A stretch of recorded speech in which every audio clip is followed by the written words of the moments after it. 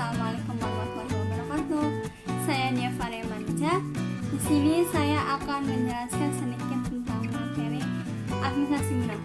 Simak baik-baik sampai akhir ya. Yuk ikutin. Di sini yang pertama, aku akan menjelaskan tentang pengertian terlebih dahulu ya. Jadi, administrasi pergundangan itu suatu sistem pencatatan dan pengendalian mendetail mengenai keluar masuknya barang dari perusahaan. Jadi, sistem itu memiliki peranan penting karena memang untuk mengontrol pergerakan barang sehingga dapat diketahui jumlah penerimaan dan penerimaan barang. Selanjutnya itu ada tugas administrasi barang. Apa aja sih tugasnya? Yang pertama itu menerima serta memproses permintaan pesanan dari pasangan gudang. Yang kedua, mengisi data atau informasi yang dibutuhkan untuk pengiriman. Yang ketiga, mengatur perbaikan sarana pengangkutan dari gudang serta mengisi data untuk pemeliharaan preventif setiap bulannya. Yang keempat, mempertahankan proses layanan SOP. SOP itu jadi Standard Operational Procedure sesuai dengan perusahaan masing-masing. Yang kelima, memastikan lingkungan kerja nyaman, bersih, sesuai aturan yang berlaku. Yang keenam, melengkapi laporan sesuai dengan informasi yang ada tentang stok barang. Yang ketujuh, yaitu membuat catatan data secara administrasi yang meliputi persediaan barang. Misalnya nih, seputar kode barang, jenis barang, dan juga jumlah barang. Yang kedelapan, yaitu merapikan setiap barang yang ada di gudang sesuai dengan kelompokan masing-masing, harus rapi dan teratur. Yang kesembilan, itu memproses dan mempersiapkan barang sesuai dengan surat jalan yang sudah diberikan pada bagian administrasi. Biasanya barang tersebut adalah barang yang akan dikirim oleh pelanggan. Yang ke-10, itu melakukan perhitungan khusus setiap hari secara manual. Yang ke-11, berkoordinasi dengan sales dan administrasi supervision terkait dengan stok barang. Yang ke-12, memantau jalannya pendistribusian barang yang akan dikirim. Dan yang terakhir, merawat dan menjaga armada ekspedisi. Yang selanjutnya itu ada kewajiban dari administrasi gudang. Yang pertama, melakukan controlling serta bertanggung jawab atas penyimpanan barang yang ada di gudang dari risiko kehilangan, pencurian, ataupun kebakaran. Yang kedua, yaitu melengkapi barang pengiriman dan permintaan muatan. Yang ketiga, bertanggung jawab sekaligus memantau pelaksanaan bongkar muat barang di gudang. Yang keempat, menandatangani surat jalan serta surat penerimaan barang. Yang kelima, bertanggung jawab atas kerapian dan kebersihan lingkungan area dalam gudang. Yang terakhir, yaitu bertanggung jawab atas deadline laporan gudang. Nah, yang selanjutnya itu ada dokumen-dokumen dari administrasi gudang. Apa aja ya dokumen-dokumennya? Dokumen administrasi gudang itu dianggap sangat penting oleh perusahaan karena dokumen tersebut bertujuan untuk dibukukan pada setiap kegiatan yang dilakukan oleh bagian barang. Dokumen tersebut harus dikelola sebaik mungkin. Pertama itu ada pengelolaan administrasi gudang meliputi kegiatan bagian gudang. Yang pertama itu menerima, menyimpan, mengeluarkan, mencatat mutasi barang, dan membuat laporan persediaan barang.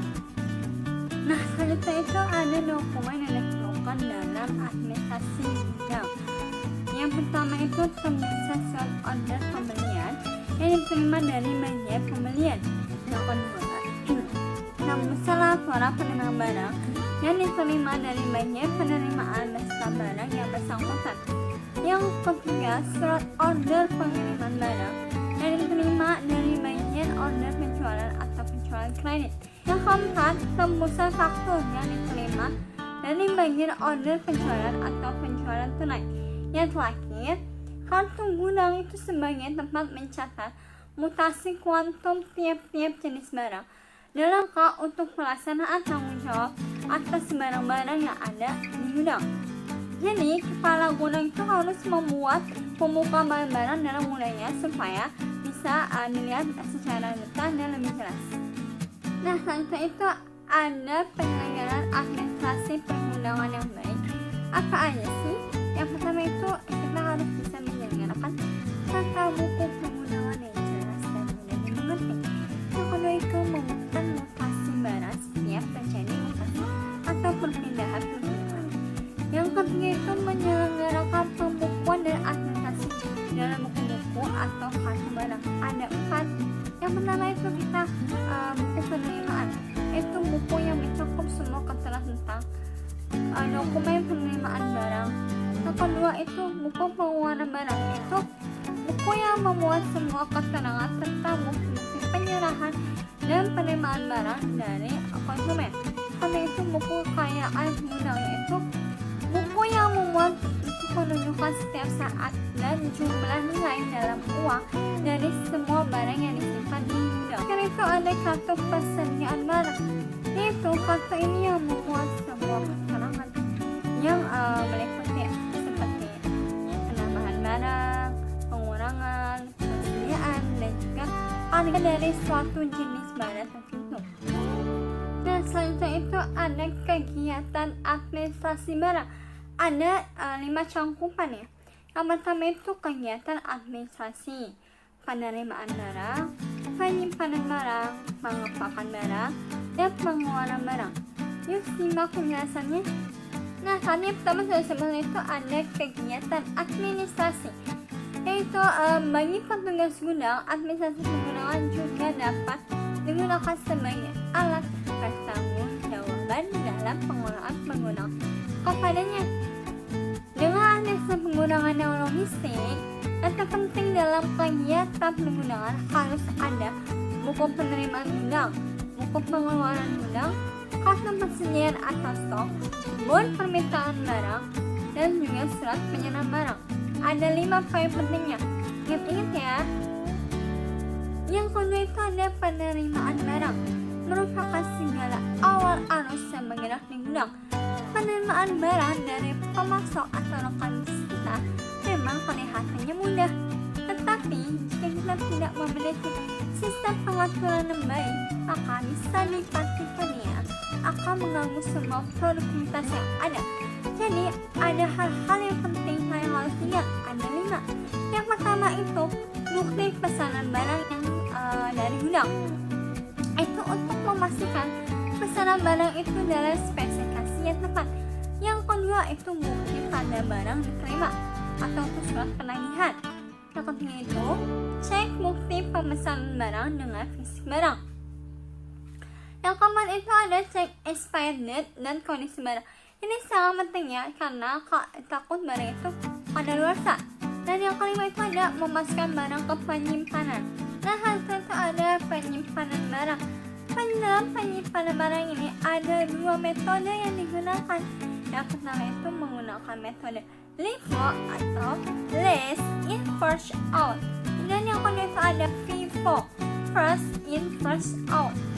Jadi metode LIFO itu metode yang penyimpanan barangnya itu di dalam gudang dilakukan dengan konsep barang yang datang terakhir yang digunakan terlebih dahulu. Sedangkan FIFO yaitu sistem barang yang datang awal digunakan lebih awal dulu. Jadi yang produk yang laku seperti itu ya kawan-kawan. Nah, selanjutnya itu ada pengepakan barang. Dalam manajemen gudang, pengawasan barang itu juga pentingnya ada kemasan itu meliputi 3 hal ini, yaitu merek, kemasan itu sendiri, dan juga label. Ada nih alasan kenapa sih penting. Nah, yang pertama itu kemasan dapat melindungi produk dalam perjalanan dari produsen ke konsumen, jadi agar lebih aman tentunya. Yang kedua itu melalui kemasan, identitas produk itu menjadi lebih efektif dan dengan sendirinya mencegah pertukaran oleh produk bersaing. Dan yang terakhir nih, yang ketiga itu sangat penting, yaitu untuk menarik hati konsumen. Karena jika pengemas itu jelek, maka konsumen tidak akan membeli produk kita. Jadi diingat-ingat teman-teman. Nah, selanjutnya terakhir dalam kegiatan administrasi itu ada pengeluaran barang.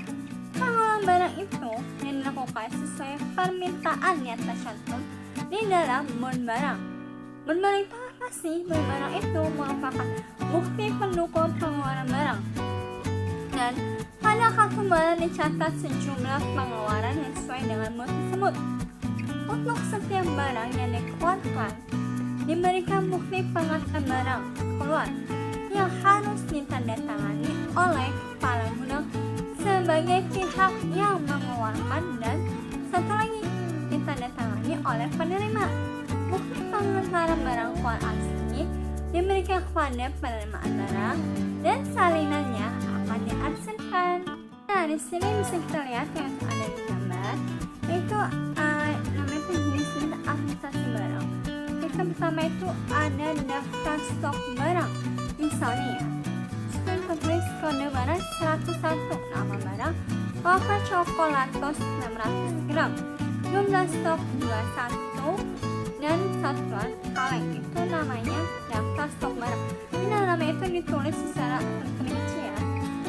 Nah, yang selanjutnya itu ada daftar input barang. Ada kode barangnya, ada nama barang wafer coklatos 600 gram, stok awal 21, satu ekor, dan di sini tambah input barang.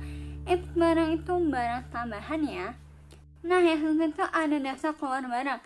Sama seperti yang tadi, tapi di kolom ini sudah ditambahin jumlah keluar barangnya ya teman-teman.